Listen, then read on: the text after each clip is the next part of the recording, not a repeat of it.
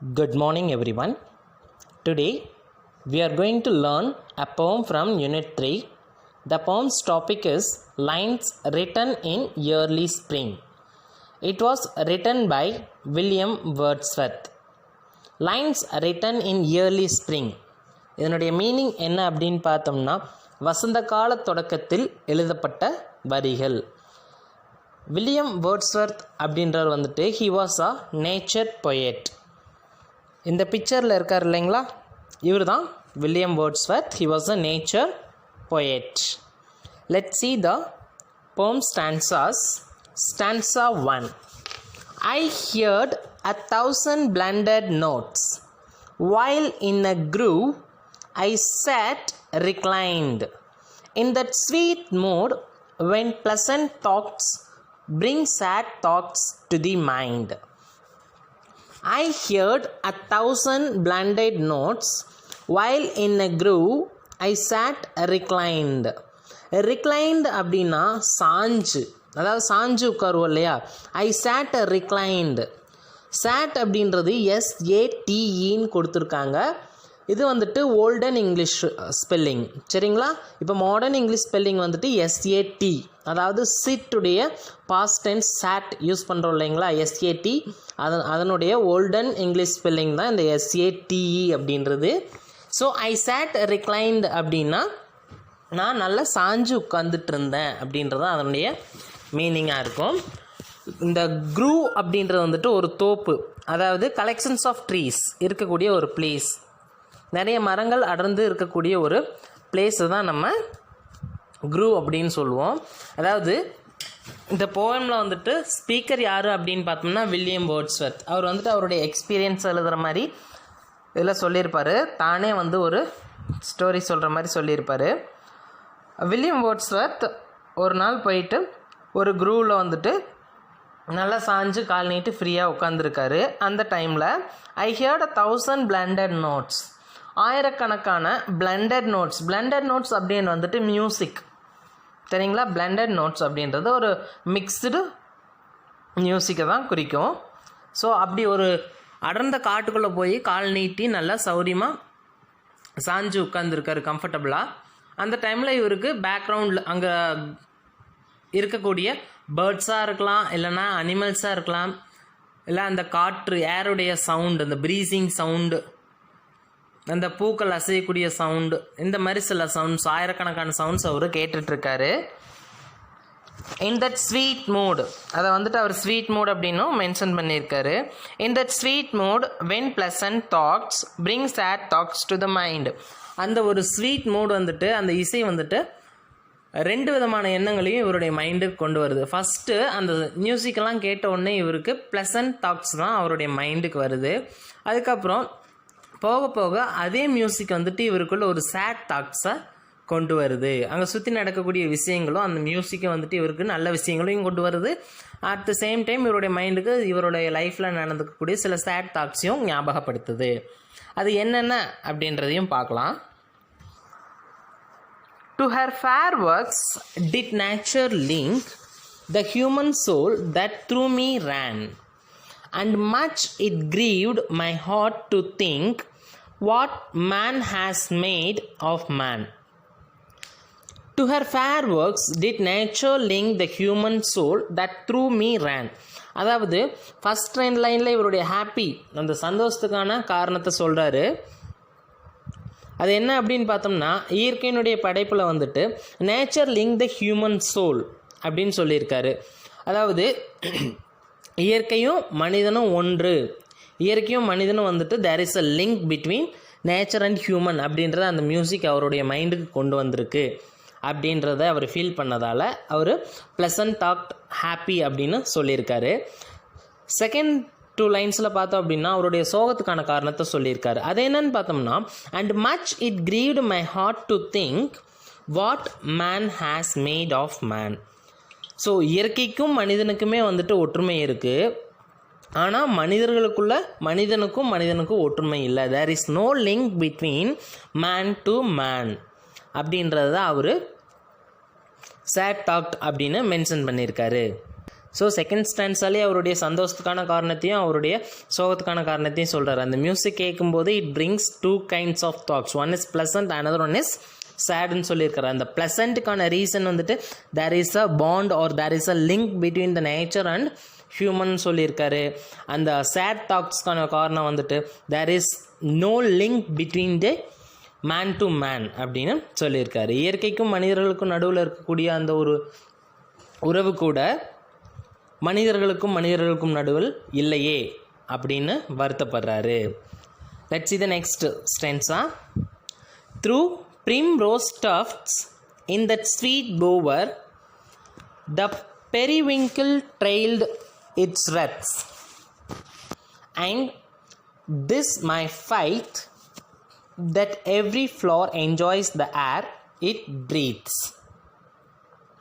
இந்த பிக்சரில் கொடுத்துருக்கக்கூடிய ப்ரிம்ரோஸ் டஃப்ட்ஸ், அந்த ப்ரிம்ரோஸ் அப்படின்ற ஒரு ஃப்ளார்ஸ் அதனுடைய ட்ரீஸ்லாம் ஃபஸ்ட்டில் கொடுத்துருக்கோம். செகண்ட் இருக்கக்கூடிய பிக்சர் ப்ளூ கலரில் இருக்குது இல்லைங்களா, அது வந்துட்டு பெரிவிங்கிள் அப்படின்ற பிளான்ட்டும் அந்த ஃப்ளாரும் அங்கே இருக்குது. ஸோ இந்த 2 ஃப்ளாரை பற்றி இந்த தேர்ட் ஸ்டான்ஸால் வேர்ட்ஸ்வர்த் நமக்கு சொல்கிறாரு. இந்த 2 பூக்களும் அவர் இருக்கக்கூடிய அந்த கார்டன் ஒரு ஏதாவது ஒரு அவர் இருக்கார் இல்லைங்களா, அந்த place like a park or க்ரூன்னு மென்ஷன் பண்ணியிருப்பாங்க இல்லைங்களா. ஸோ அவருக்கு அமர்ந்திருக்கக்கூடிய அந்த க்ரூவில் வந்துட்டு இந்த ப்ரிம்ரோஸும் பெரிவிங்கிள் அப்படின்றக்கூடிய ஃப்ளார்ஸ் எல்லாமே அங்கே இருக்குது. அதை பார்க்குறாரு. பார்த்துட்டு என்ன சொல்கிறாருன்னா, and this my faith that every flower enjoys the air it breathes. அதாவது அங்கே க்ரூவில் வந்துட்டு காற்றடிக்கும்போது அந்த ஃப்ளார்ஸ் வந்துட்டு லைட்டாக அந்த காற்றுல வந்து ஆடும் இல்லைங்களா, அதை வந்துட்டு அந்த ஃப்ளார்ஸ் வந்துட்டு ப்ரீத் பண்ணுறதா சொல்லியிருக்காரு. ஆக்சுவலாக ஹியூமன் பீயிங்கால் மட்டும்தான் ப்ரீத் பண்ண முடியும். பட் இந்த இடத்துல வந்துட்டு ஹியூமன் குவாலிட்டிஸை அந்த பேர்ட்ஸ் கொடுத்து அவர் அந்த பேர்ட்ஸ் எல்லாம் ப்ரீத் பண்ணுற மாதிரி சொல்லியிருக்காரு. அந்த ப்ரீத்திங்கை த ஃப்ளார்ஸ் ஆர் என்ஜாயிங் அப்படின்னும் சொல்லியிருக்காரு. அதாவது every flower enjoys the air it breathes, அதாவது அது ப்ரீத் பண்ணக்கூடிய காற்றை வந்துட்டு என்ஜாய் பண்ணி ப்ரீத் பண்ணுது அப்படின்னு இவர் சொல்லியிருக்காரு. பட் அந்த விஷுவல் வந்துட்டு எப்படி இருக்குன்னா, காற்றடிக்கும் போது அந்த ப்ரிம்ரோஸும் பெரிவிங்கிளும் வந்துட்டு ஜஸ்ட் இட் இஸ் மூவிங், காற்றுல ஆடிக்கிட்டு இருக்கு, ரொம்பவும் மெல்லிஸாக ஆடிக்கிட்டு இருக்கிறதால இவர் வந்துட்டு அதை என்ஜாய் பண்ணி ப்ரீத் பண்ணுது அதனால அப்படின்னு அவர் சொல்லியிருக்காரு. ஸ்டான்ஸா 4. த பேர்ட்ஸ் அரவுண்ட் மீ, அவரை சுற்றி இருக்கக்கூடிய பேர்ட்ஸ் எல்லாமே hopped and played, their thoughts I cannot measure, but the least motion which they made, it seemed a thrill of pleasure. அதாவது the birds around me hopped and played, அவர் அந்த க்ரூவில் வந்துட்டு அவர் சுற்றி இருக்கக்கூடிய பறவைகள் எல்லாருமே hopped and played, அதாவது நொண்டி விளையாடுறது, பறந்து விளையாடுறது, இந்த மாதிரி விஷயங்களை அந்த பேர்ட்ஸ் எல்லாமே பண்ணிகிட்ருக்கு. Their thoughts I cannot measure, அப்படி பேர்ட்ஸ் அந்த என்ஜாய் பண்ணி விளையாண்டுருக்கக்கூடிய அந்த எண்ணங்களை வந்துட்டு என்னால் மெஷர் பண்ண முடியாது, அவ்வளோ ஹாப்பியாக அது விளையாண்டுட்டுருக்கு அப்படின்னு சொல்கிறாரு.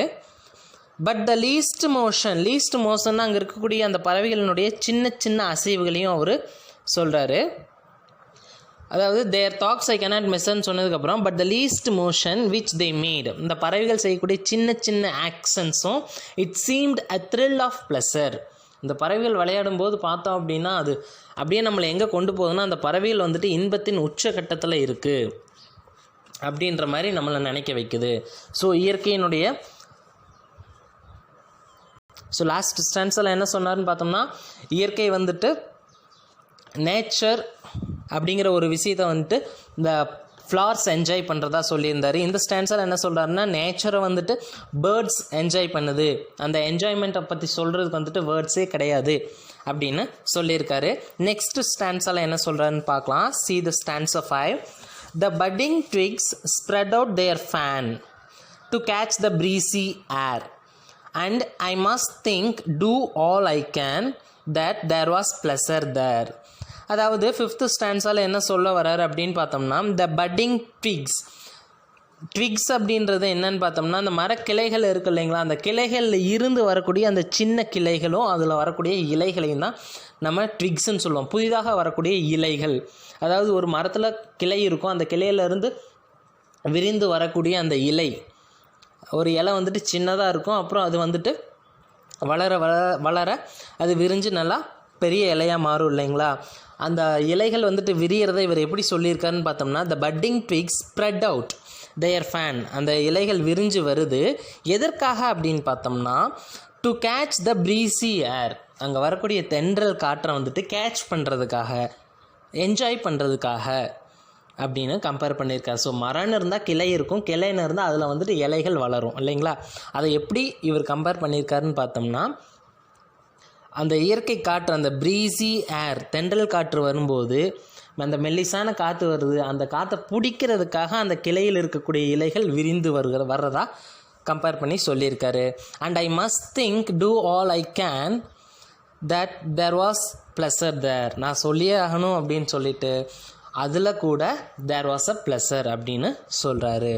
ஸோ தேர்ட் ஸ்டான்ஸால் வந்துட்டு நம்ம ஃப்ளார்ஸ், ஒரு 2 ஃப்ளார்ஸை மென்ஷன் பண்ணி அந்த ஃப்ளார்ஸ் வந்துட்டு இயற்கையோட, இந்த நேச்சரோட வந்துட்டு நேச்சராக என்ஜாய் பண்ணி ப்ரீத் பண்ணுறதா கம்பேர் பண்ணியிருந்தார்.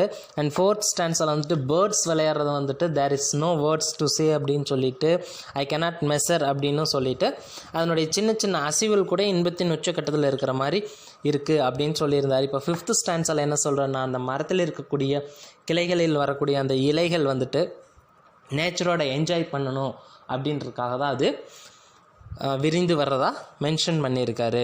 ஸோ அந்த லாஸ்ட்டாக சொல்லக்கூடிய அந்த 3 ஸ்டான்சஸ், ஸ்டான்ஸா 3, 4, 5, இது மூணுலேயுமே என்ன சொல்கிறார் அப்படின்னு பார்த்தோன்னா, there is a link between the nature and flowers, there is a link between the nature and birds, there is a link between the nature and trees and it leaves அப்படின்றதையும் mention பண்ணியிருக்காரு.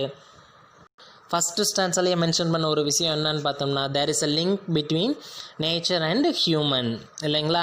So இந்த 4 விஷயங்களையும் அவர் mention பண்ணியிருக்காரு. Let's see the last stanza.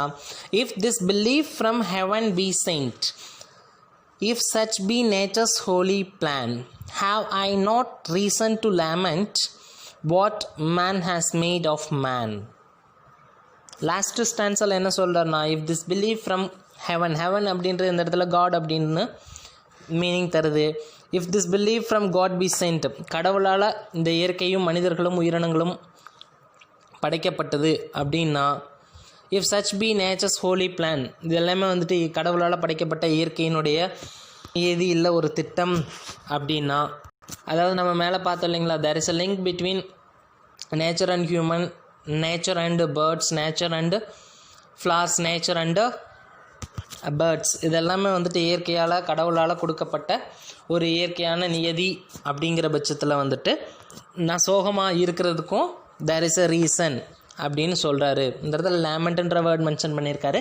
லேமெண்ட்னா புலம்புறது. So இவ்வளோ விஷயங்களை பற்றி நான் ப்ளசண்ட்டாக ஃபீல் பண்ணக்கூடியனா ஒரே ஒரு விஷயத்தை மட்டும் லேமெண்ட் பண்ணுறேன், ரொம்ப சோகமாக ஃபீல் பண்ணுறேன் அப்படின்னு சொல்லியிருக்காரு. அது என்ன அப்படின்னு பார்த்தோம்னா, what man has made of man. அதாவது எல்லாத்துலேயுமே லிங்க் இருக்குது, நேச்சர் டு ஆல் கிரியேச்சர்ஸ் அப்படின்ற விஷயத்த சொல்லியிருக்காரு. But human being to human being வந்துட்டு தேர் இஸ் நோ லிங்க் அப்படின்றத நினச்சி இவர் ரொம்பவும் வருத்தப்படுறாரு. இந்த இடத்துல லிங்க் அப்படின்றது வந்துட்டு நார்மலாக வந்துட்டு பேசுகிறது, விஷ் பண்ணுறது, இந்த மாதிரி விஷயங்கள் கிடையாது. தேர் இஸ் அ லிங்க் அப்படின்றது வந்துட்டு ஒரு உள்ளுணர்வோட, there should be and intuition அப்படின்றத இவர் மென்ஷன் பண்ணியிருக்காரு. அதான் மனசார செய்யக்கூடிய விஷயங்கள், மனசார என்ஜாய் பண்ணி பேசுவோம் இல்லைங்களா. ஸோ அந்த மாதிரி லிங்க் வந்துட்டு ஹியூமனுக்குள்ளே கிடையாது, இல்லை அப்படின்றத இவர் சொல்லியிருக்காரு. ஸோ சிம்பிளாக பார்த்தோம் அப்படின்னா, இந்த போம் லைன்ஸ் எப்படி ஸ்டார்ட் பண்ணியிருக்காருன்னா, இவர் ஒரு க்ரோவில் போயிட்டு நல்லா ரிலாக்ஸாக உட்காந்துட்டு இருக்கும்போது பேக்ரவுண்டில் வந்துட்டு சில மியூசிக், தௌசண்ட்ஸ் ஆஃப் பிளண்டட் நோட்ஸை கேட்குறாரு. அப்படி கேட்கும்போது அந்த ஸ்வீட் மூட் வந்துட்டு இவருக்கு there are 2 kinds of thoughts இவருக்கு கொடுக்குது. One is pleasant, another one is sad அப்படின்னு சொல்லியிருக்காங்க. அந்த ப்ளசண்ட் என்னென்ன அப்படின்னு பார்த்தோம்னா, இவர் என்ஜாய் பண்ணி சொல்லக்கூடிய விஷயங்கள் தான் அந்த ப்ளசண்ட்டில் வருது. There is a link between nature and flowers, there is a link between nature and birds, there is a link between nature and trees. இந்த மாதிரி சந்தோஷமான விஷயங்களுக்கு காரணமாக இருக்கக்கூடிய எண்ணங்களையும் சொல்லிட்டு வராரு. ஃபைனலாக பார்த்தோம்னா, இவர் சுகமாக இருக்கக்கூடிய ஒரே ஒரு காரணம் என்னென்னா, what man has made of man அப்படின்றது தான். மனிதர்களுக்குள்ளே மட்டும் ஏன் இப்படி இருக்காங்க, there is no link between human to human அப்படின்ற விஷயத்தை சொல்லி வருத்தப்பட்டு இந்த போம் லைன்ஸை கம்ப்ளீட் பண்ணுறாரு. Okay everyone, I hope you understood the poem lines and its meanings. Let we discuss some other new topic in the next session. Thank you.